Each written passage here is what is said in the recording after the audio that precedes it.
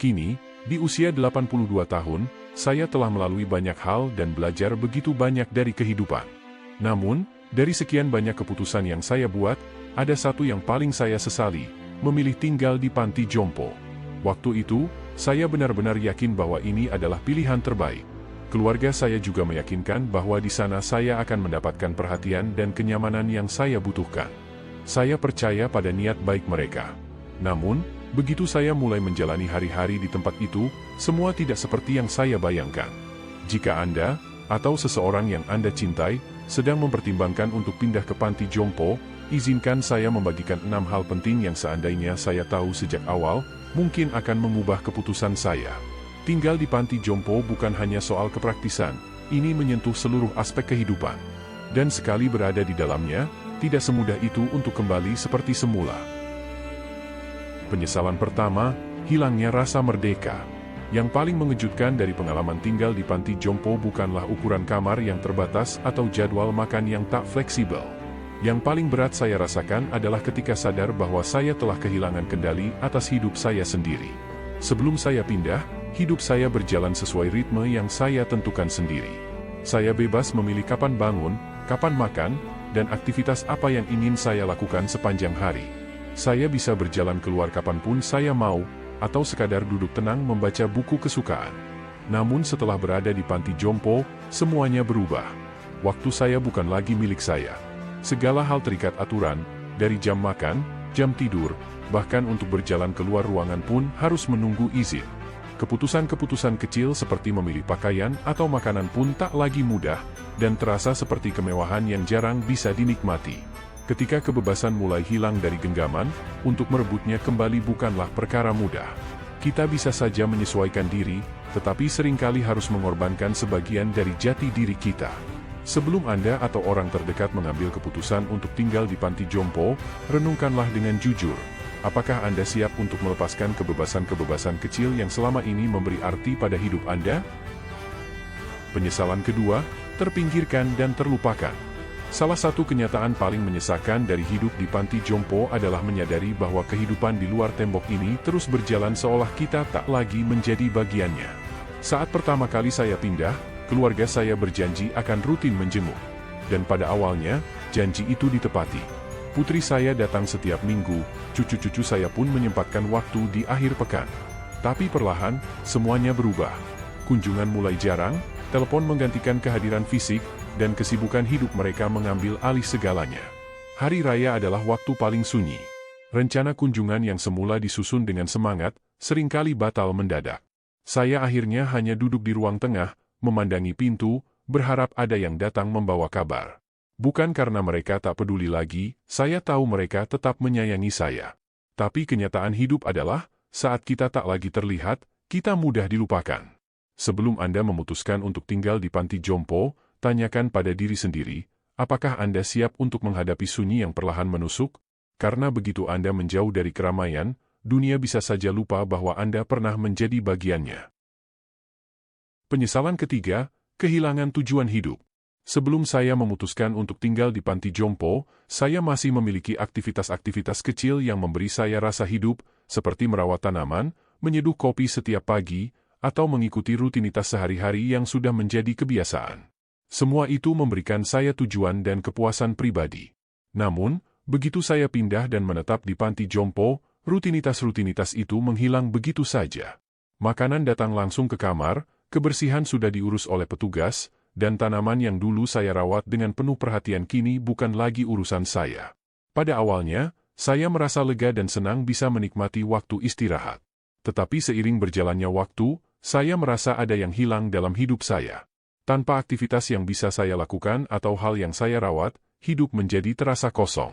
Saya juga melihat hal serupa terjadi pada penghuni lain, mereka yang dulu memiliki tujuan dan semangat hidup, kini hanya menghabiskan waktu, terdiam, tanpa arah. Jika Anda sedang memikirkan untuk pindah ke panti jompo, pertimbangkan dengan matang, apa yang membuat hidup Anda bermakna. Karena setelah Anda melalui perubahan ini, hidup bukan hanya tentang mengisi waktu luang, tetapi tentang menjaga hal-hal kecil yang selama ini memberi Anda rasa berarti dan tujuan hidup. Penyesalan keempat, kesehatan yang menurun lebih cepat.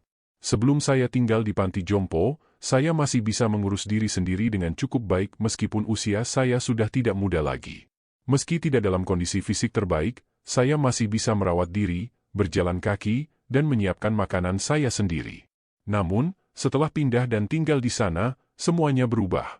Makanan datang langsung ke kamar, dan saya tidak perlu lagi memasak untuk diri saya. Pada awalnya, saya merasa itu adalah kenyamanan, tetapi saya cepat menyadari bahwa semakin sedikit yang saya lakukan untuk diri saya sendiri, semakin cepat pula kesehatan saya menurun. Saya mulai jarang bergerak, dan kekuatan tubuh saya berkurang lebih cepat daripada yang saya duga. Saya juga melihat perubahan yang sama pada penghuni lainnya. Mereka yang dulu masih bisa berjalan dengan mandiri, kini sudah mulai bergantung pada kursi roda. Jika Anda sedang mempertimbangkan untuk tinggal di panti jompo, pikirkan dengan baik apakah Anda akan tetap termotivasi untuk bergerak aktif saat segala sesuatunya sudah diatur untuk kenyamanan.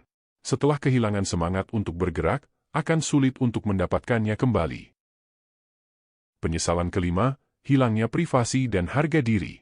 Salah satu hal yang tidak saya sadari sepenuhnya sebelum pindah ke panti jompo adalah betapa banyak privasi yang harus saya lepaskan. Di rumah, saya memiliki ruang pribadi yang bisa saya gunakan untuk menyendiri, menikmati ketenangan, dan melakukan hal-hal sesuka hati. Namun, begitu saya berada di panti jompo, privasi menjadi sesuatu yang sangat langka dan hanya datang sesekali. Sejak pertama kali tiba, saya merasa seperti selalu diawasi.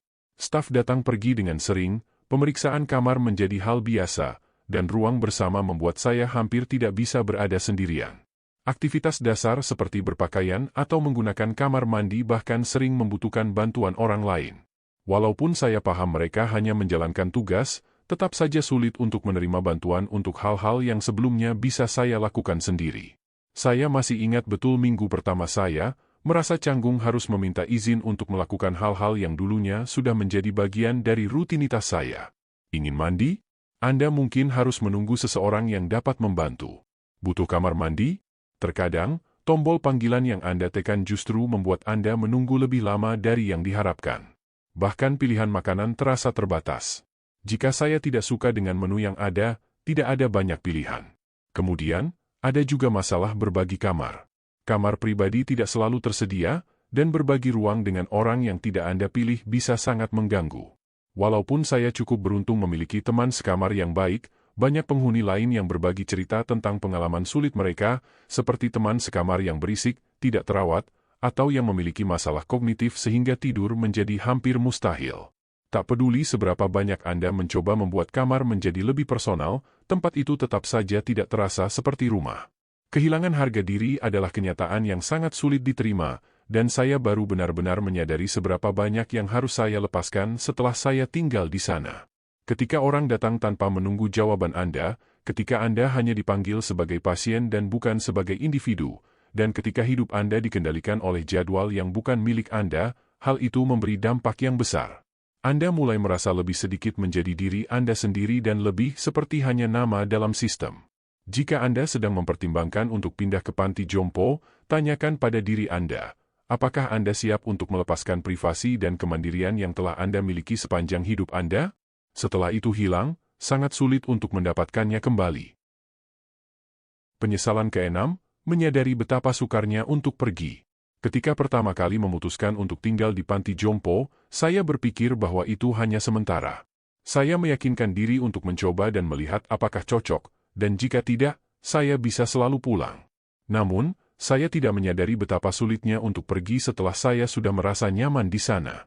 Pada awalnya, itu terasa seperti pilihan yang mudah, saya hanya akan kembali ke rumah jika merasa tidak nyaman. Namun, ketika saya kembali ke rumah, semuanya terasa berbeda. Rumah itu kosong, dan merawatnya dari jauh menjadi beban. Anak-anak saya telah mulai membuat perubahan besar, menjual barang-barang yang mereka rasa tidak saya butuhkan lagi, bahkan mulai mempertimbangkan untuk menyewakan rumah tersebut. Ketika saya mencoba mengusulkan untuk kembali, mereka ragu. Apakah kamu yakin bisa mengurus semuanya sendiri? Bukankah lebih aman tinggal di sini? Kami hanya ingin yang terbaik untukmu. Lalu ada kenyataan penurunan fisik yang tak bisa dihindari. Setelah berbulan-bulan tinggal di panti jompo, di mana saya tidak perlu lagi memasak, membersihkan, atau banyak bergerak, saya merasa fisik saya semakin melemah. Kemandirian yang dulu saya banggakan kini terasa menghilang, dan rasanya untuk kembali ke rumah malah menjadi sesuatu yang menakutkan. Rasa percaya diri untuk hidup mandiri menghilang, dan rasa takut itu semakin mempersulit keputusan untuk pergi. Saya bertemu dengan banyak penghuni lain yang mengalami hal serupa, mereka yang awalnya hanya berniat tinggal sementara, namun akhirnya sadar bahwa keluar dari panti jompo tidaklah semudah yang dibayangkan. Semakin lama seseorang tinggal, semakin sulit untuk kembali ke kehidupan sebelumnya. Beberapa orang bahkan kehilangan kesempatan untuk kembali ke rumah mereka setelah tempat tinggal mereka terjual atau tabungan mereka habis untuk biaya perawatan. Tidak ada jalan kembali.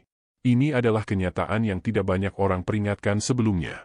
Pindah ke panti jompo seringkali terasa seperti keputusan yang dapat dibatalkan, tetapi bagi banyak orang, kenyataannya tidak demikian.